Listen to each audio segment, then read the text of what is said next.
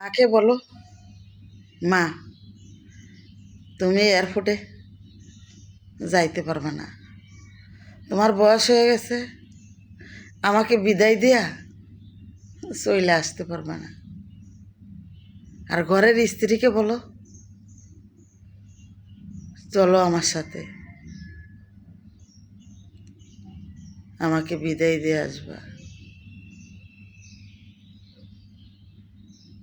সত্য কথা বলছো তাই না?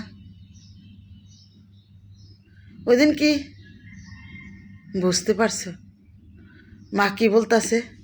মার মন কি বলতাছে? মা বলতাছে, এইটাই আমার জীবনে আমার সন্তানকে শেষ দেখা। আমি যদি আর না বাঁচি তাহলে কোনো দিন আর আমার সন্তানকে দেখতে পাবো না। তাই আমি যতটা দূর আমার সন্তানে যায় ততটা দূরই আমি ওর পিছে পিছে আঁটবো, ওর পিছে পিছে আঁটবো।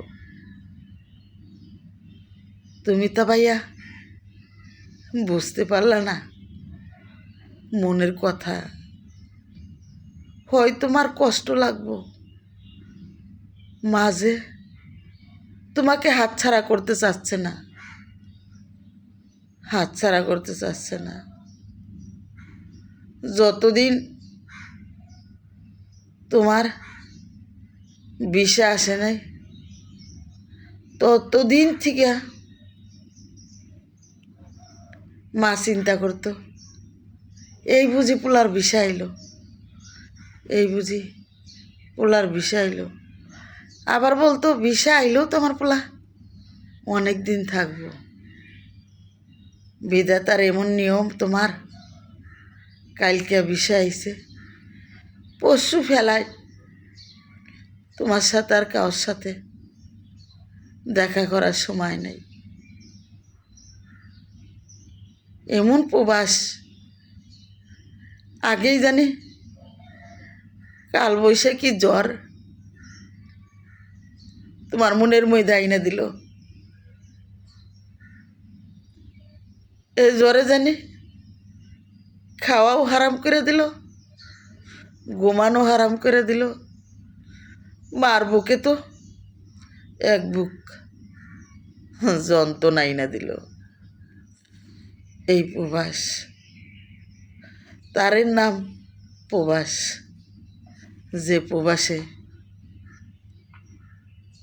সব কিছুই মিলে, শুধু মা বাবা মিলে না, ভাই বন্ধু মিলে না, সব পাওয়া যায়, সব